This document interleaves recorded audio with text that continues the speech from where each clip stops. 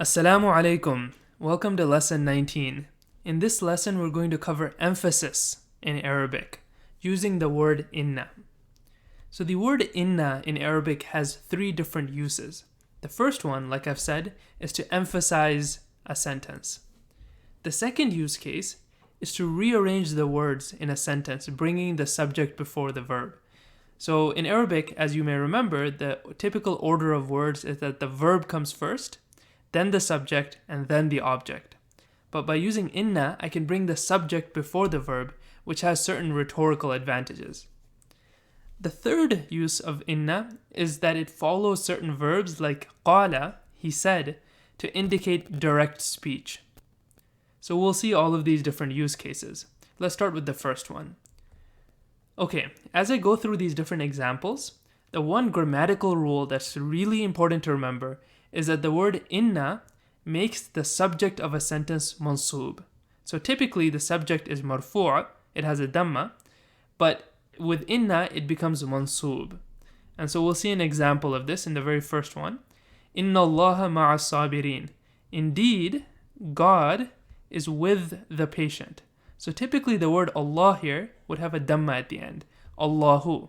But because it is the subject of this sentence, and the sentence starts with inna, that changes the subject to have to be in the mansub case, which in this case means Allah.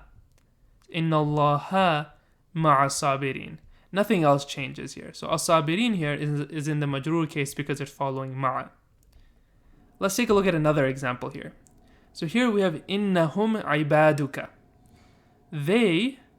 Indeed they are your servants. So here we see that inna is followed by a pronoun suffix. And inna can take all of your standard pronoun suffixes. So innahu, indeed he, innahuma, indeed the two of them, innahum, indeed they, and so on. Innaha, innahuma, innahunna, innaka, innakuma, innakum, innaki, innakuma, innakunna. And then this singular first person is quite interesting because it can be innani or inni. You'll see both versions in the Quran. And then finally, first person plural is inna. So going back here, innahum, indeed they are your servants. Ibaduka, ibad is the plural of abd. Inna khalaqnahum min turab. Indeed, we created them from dust. So here, خَلَقْنَاهُمْ, there's no actual explicit subject of this sentence. So the subject is we, but that's just indicated by the suffix on khalaqa. So there's nothing here to really change to mansub case. So the sentence remains the same as before. إِنَّا خَلَقْنَاهُمْ مِن تُرَابٍ. Indeed, we created them from dust. Okay, so this next one's an important one. إِنَّ أَرْضِي وَاسِعَةٌ. Indeed, my land is wide. So here, ardi, we don't really see the change in the case because ardi already ends with a ya, and so I can't really change that to ardiya or anything like that. So it just remains ardi. But wasi'atun is the predicate that describes my land. And normally the predicate and the subject are both marfu'a case because the subject has changed because of the inna, but the predicate does not change, so it remains wasi'atun, not wasi'atan. Okay, we'll see one more example here. Inna ma'al usri yusra. Indeed, with the difficulty, there is ease. Now here, you'll see that there is ease is actually the subject, because there is ease with the difficulty. So this is the subject, and that is why it is in the mansub case, because there's inna in here. Okay, so that's the first use of inna, to give emphasis. The second use, to bring the subject before the verb, there really isn't much to discuss here. I'll just show an example of this when we start the exercises.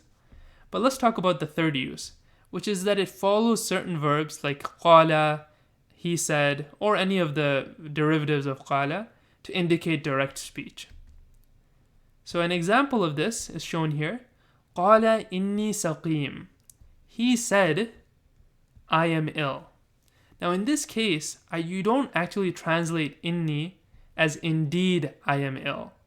It's just used to connect he said to indicate direct speech. Okay? Now, so if we go back, if you're using inna for number 3, then you don't typically translate it with the use of number 1 as well. But sometimes you can, so it just takes experience to understand that. Let's take a look at another example. قال إن هؤلاء ضيفي. He said, and then the following thing is just direct speech. These are my guests. Okay, these are my guests. Okay, now one thing that I should point out is that you can also indicate direct speech without inna. So this is why it could be a little bit confusing. Sometimes inna is just simply not necessary. So for example here, قالت أن يكون لي غلام. She said, I will have a son. She said, or how will I have a son rather. So anna here is how. How will it be that I have a son? Okay, so you'll notice here there's no inna in the sentence. Okay, but it still carries that same meaning of direct speech. She said, how will it be that I have a son? Another example of that here is قال الكافرون. So the disbelievers said. And how do we know it's the disbelievers that are doing the talking? Because they are in the subject case. Al-kafiruna is marfu'. The disbelievers said, this is a magician. This is a magician. Sahirun is magician. Okay? And so similar to this, inna can follow other verbs as well, but these are much rarer. So let's take an example of that. رَبُّنَا يَعْلَمُ إِنَّا إِلَيْكُمْ مُرْسَلُونَ. Our Lord knows that we are sent to you. Okay, so inna here is just used as the connective part of this sentence. It just connects our Lord knows we are sent to you. Similarly here, nashhadu, we bear witness, innaka la rasulullah, that you are God's messenger. Okay, so let's do a few exercises to practice inna. The first one here, inna Allah ya'muru bil adli wal ihsan. Indeed, God commands justice and excellent conduct. So Allah, the word Allah here is in the mansub case, that's why it has the fatha, because it's the subject of this sentence, and this sentence starts with inna. Let's do one more. Inna ilayhi raji'un. So this is inna with a pronoun suffix. Which one? It's the we. Inna, indeed we, ilayhi, to him, are returning. So indeed we return to him. Innaka lamajnoon. Indeed you are crazy. Majnoon, crazy. Okay. Now la at the beginning of majnoon actually adds further emphasis, but we won't get into that in this lesson. Inna Allaha ghafurur rahim. So phrases like this appear all the time in the Quran. Indeed, God is forgiving and merciful. You'll notice here, God, Allah, the word Allah is in the mansub case, Allah, but the predicates are in the marfu' case. They don't change. And finally, we'll end here with exercises that you can do on your own for further practice. If you have any questions, just put them in the comments, and I'll be happy to inshallah go through them and answer them. If you benefited from this video, please consider sharing it with at least one other person, a friend or a family member that could benefit. Jazakallahu khair. Assalamu alaikum wa rahmatullahi wa barakatuh.